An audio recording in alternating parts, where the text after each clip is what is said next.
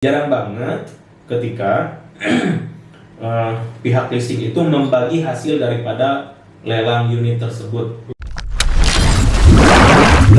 Bismillahirrahmanirrahim. Nah sekarang ini ada ketinggalan nih Kang. Oke. Terkait leasing ya sama mobil motor lah, kendaraan. Itu sebenarnya ada nggak sih klausul penyitaan mobil itu atau kendaraan itu, unit di klausul perjanjiannya? Ya.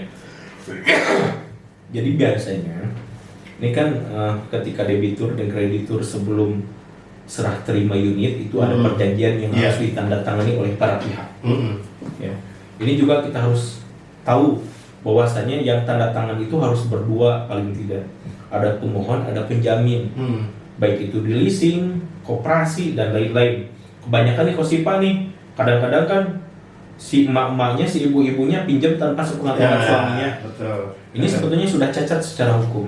Nggak boleh ya? Nggak boleh, harus ada penjamin, harus sepengetahuan pasangan, gitu, atau orang tuanya, gitu. Itu rentenir biasanya Apalagi rentenir itu nggak ada yang namanya perjanjian MOU dan lain-lain, jarang itu. Orang kita nyicil aja kwitansi nggak dikasih. Nah, nah itu kembali lagi tadi. Biasanya klausul untuk penarikan unit gitu ya, itu terkadang ada, walaupun di beberapa perusahaan atau leasing kalimatnya berbeda-beda. Namun pada hakikatnya siapa sih yang berhak untuk menarik unit itu?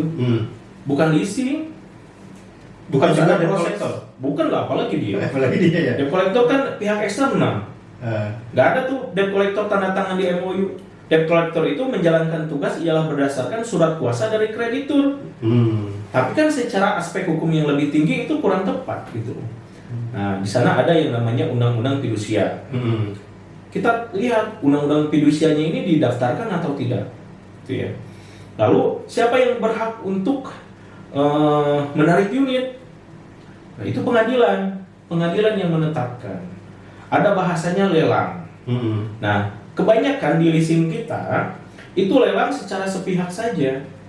Harusnya gini ya, lelang yang adil itu ialah si kendaraan itu dijual secara bersama atau dijual oleh lembaga resmi lelang, hasilnya dibagi dua. Kalau si debitur punya hak ya dikasih. Itu secara hukum positifnya memang begitu. Harusnya gitu. Kita menurut terkait bicara masalah prinsip keadilan apalagi. Nah, misalkan gini aja, contoh seperti yang tadi saya sampaikan.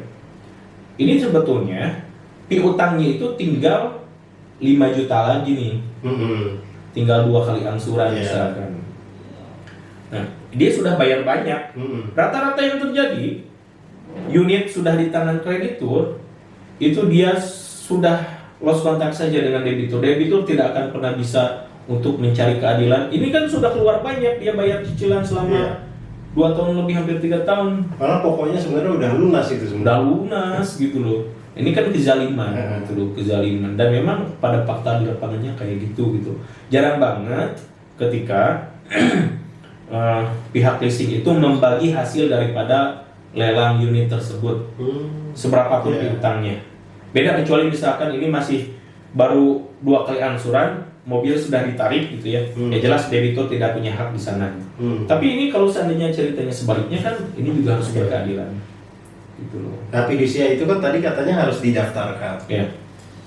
Cara si debitur itu tahu fidusia itu didaftarkan oleh si leasing itu gimana caranya? Nah, ini kan pendaftaran itu harus di pengadilan tinggi ya. Nah, rata-rata debitur itu nggak mau tahu.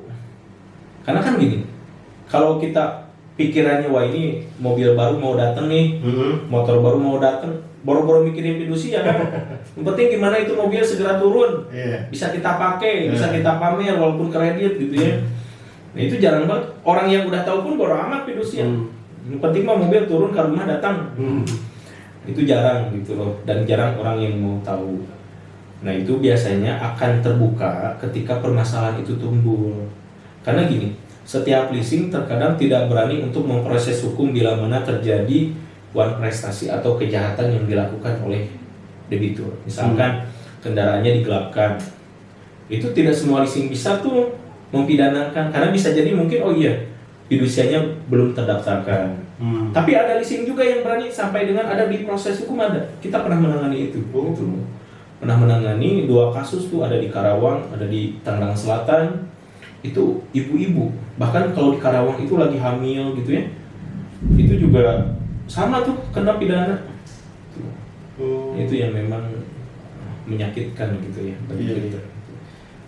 Berarti memang fidusia itu hampir tidak bisa secara ini ya, secara fakta lapangan memang hampir tidak bisa diketahui didaftarkan atau tidaknya oleh si debitur jarang tahu dan kreditur pun jarang memberitahu.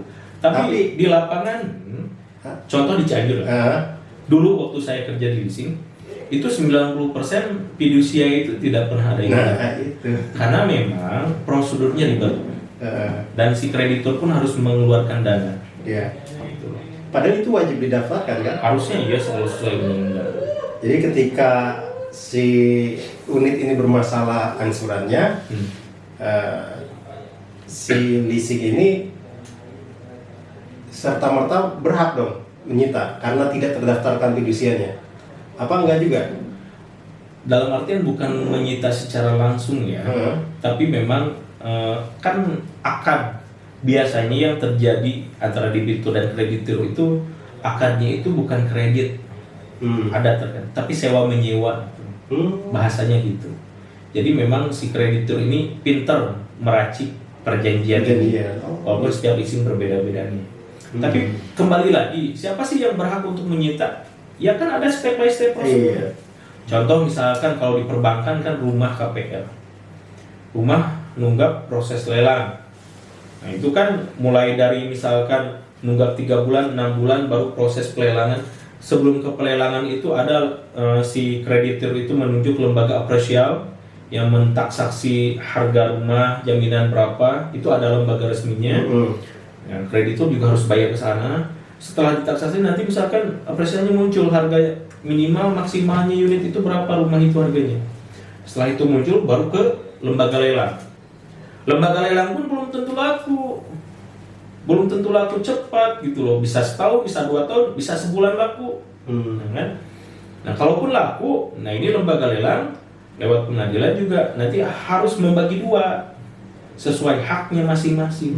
Kembali lagi pengadilan ini tidak bisa dilepaskan gitu loh peranannya. Tapi kan nggak pernah dilibatkan, faktanya nggak pernah dilibatkan pengadilan itu kan? Kalau secara mayoritas sih ya. Apalagi kalau orang yang memang yang awam hukumnya. Saya pernah ini kan, pernah menemui beberapa kasus.